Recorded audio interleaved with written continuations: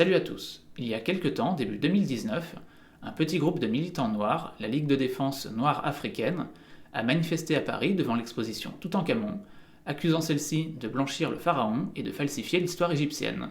Cet événement anecdotique m'a rappelé l'existence, dans les années 2000, d'un groupuscule suprémaciste noir, la tribu K, dirigée par Kémy Séba, qui avait fait parler de lui en organisant des chasses aux juifs, et qui, lui aussi, croyait que les pharaons étaient noirs, et au passage adhérait à une sorte de religion raciale issue de cette soi-disant Égypte antique, le kémitisme.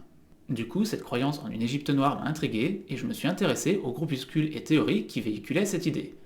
Aujourd'hui, je vous propose donc de découvrir le monde assez fantasque des afrocentristes. Et tout d'abord, d'où viennent ces idées ?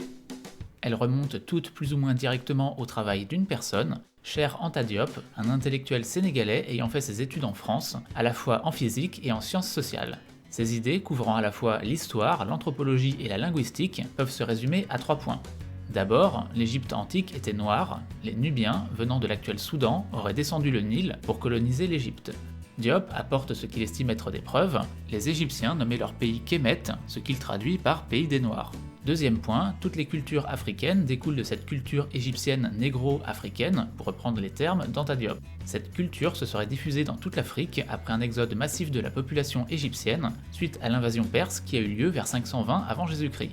À l'appui, Diop tente de montrer les similitudes entre toutes les langues africaines et la langue de l'ancienne Égypte, et entre les structures sociales africaines actuelles et celles qui avaient cours dans l'ancienne Égypte.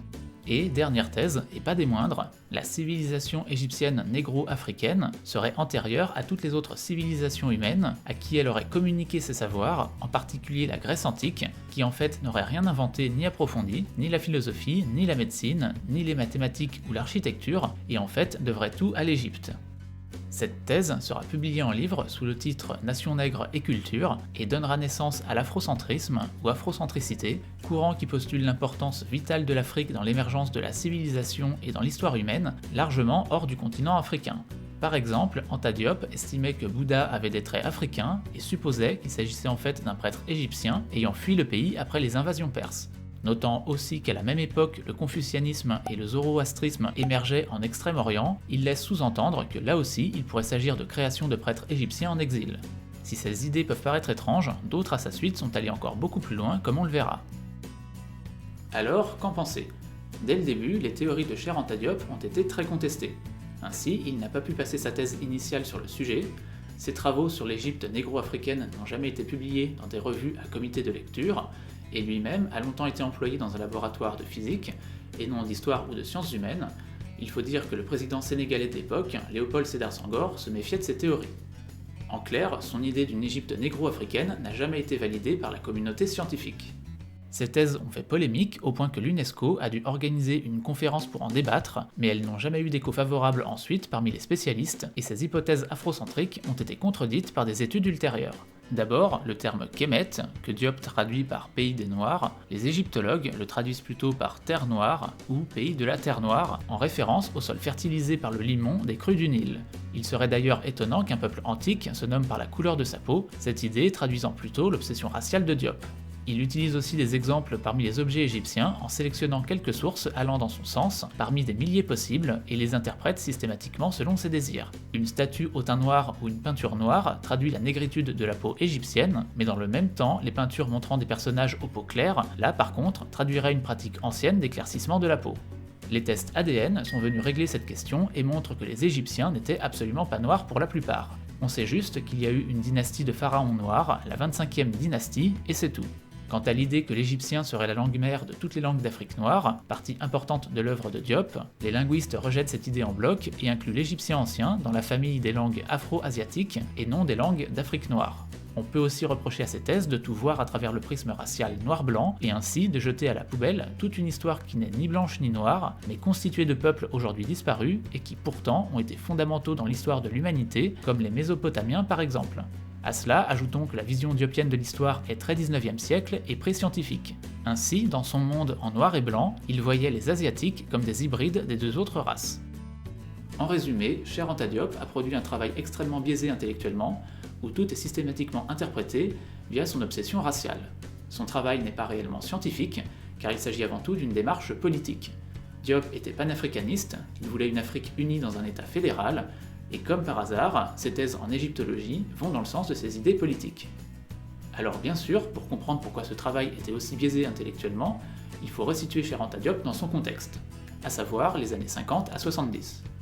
L'époque est à la décolonisation et au racisme sympa, on voit encore l'Afrique comme un continent peuplé de gentils sauvages un brin bébête et pas bien méchants, mais qui n'ont aucune histoire et n'ont rien apporté à l'humanité si ce n'est une force de travail involontaire via l'esclavage et la colonisation. Diop veut redonner de la fierté aux Noirs et prend donc le contre-pied de cette vision négative, quitte à aller dans l'extrême inverse, créant de fait le mythe d'une race noire supérieure, créatrice de la civilisation, une sorte de mythe arien ou atlante made in Africa. C'est une histoire fausse mais aussi complotiste. Si l'on doit tout à la culture égyptienne négro-africaine, alors pourquoi ne nous l'apprend-on pas à l'école? Eh bien, pense Diop, c'est parce que l'Occident falsifie l'histoire et cache la vérité par tous les moyens depuis 2 siècles. Il accuse par exemple les égyptologues d'avoir irradié la momie de Ramsès II pour la blanchir. Alors, aujourd'hui, que reste-t-il des idées d'Anta Diop? Dans la recherche historique occidentale, absolument rien. Par contre, il a essaimé dans des milieux moins conventionnels et beaucoup moins regardants sur la rigueur scientifique. D'abord en Afrique et surtout au Sénégal où il est un héros national. L'université de Dakar porte son nom et son bras droit, Théophile Obenga, y continue son œuvre. Ces théories ont aussi pris racine dans certains labos américains de Black ou American Studies, labos créés à partir des années 70 après la vague des droits civiques.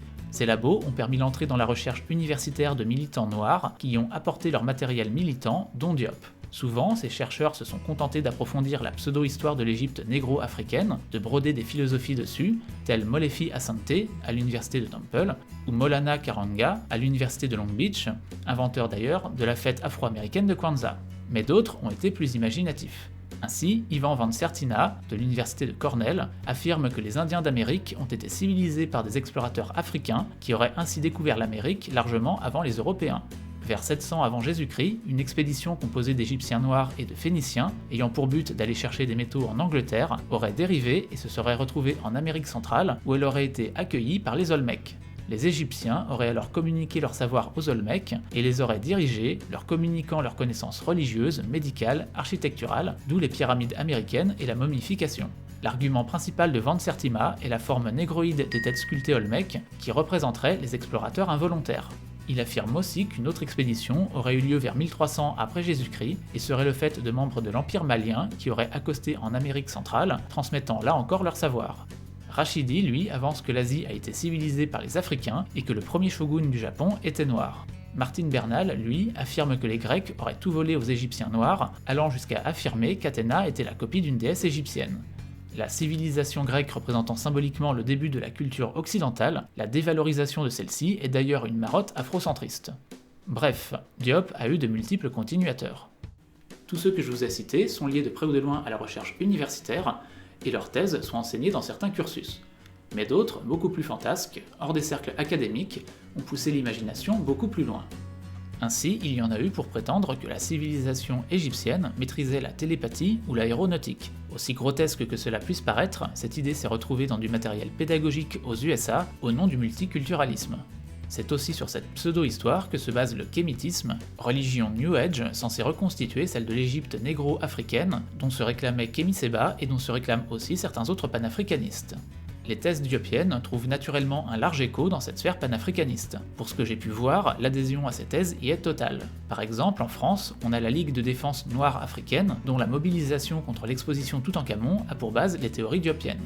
Mais on a aussi le collectif afroféministe Moisi, qui a défrayé la chronique en organisant un festival en partie interdit aux blancs, qui fait la promotion d'un livre d'histoire alternatif pour les enfants, dont l'auteur avoue qu'elle est inspirée par Diop et ses continuateurs. Et puis, ces théories pseudo-historiques sont aussi une porte d'entrée pour des délires racialistes. Puisqu'ils sont issus d'une civilisation supérieure qu'on a spoliée de son histoire, pourquoi les Noirs ne seraient-ils pas aussi une race génétiquement supérieure? Certains dans les milieux panafricains propagent la théorie de la mélanine créée par Frances Cress Welsing. Étant donné que la majeure partie de la population mondiale est foncée de peau, Welsing voit la blancheur comme une anomalie et surtout comme une maladie. Elle estime que les Blancs sont des descendants d'Africains albinos qui ont dû fuir l'Afrique à cause de cette maladie. Elle explique que cette blancheur minoritaire crée une insécurité chez les Blancs qui ont donc essayé de dominer les Noirs via l'esclavage et essaient encore via les drogues ou la promotion de l'homosexualité dans la communauté noire. D'autres à sa suite ont imaginé que la mélanine donne des super pouvoirs, comme une plus grande empathie ou bien une plus grande proximité avec Dieu.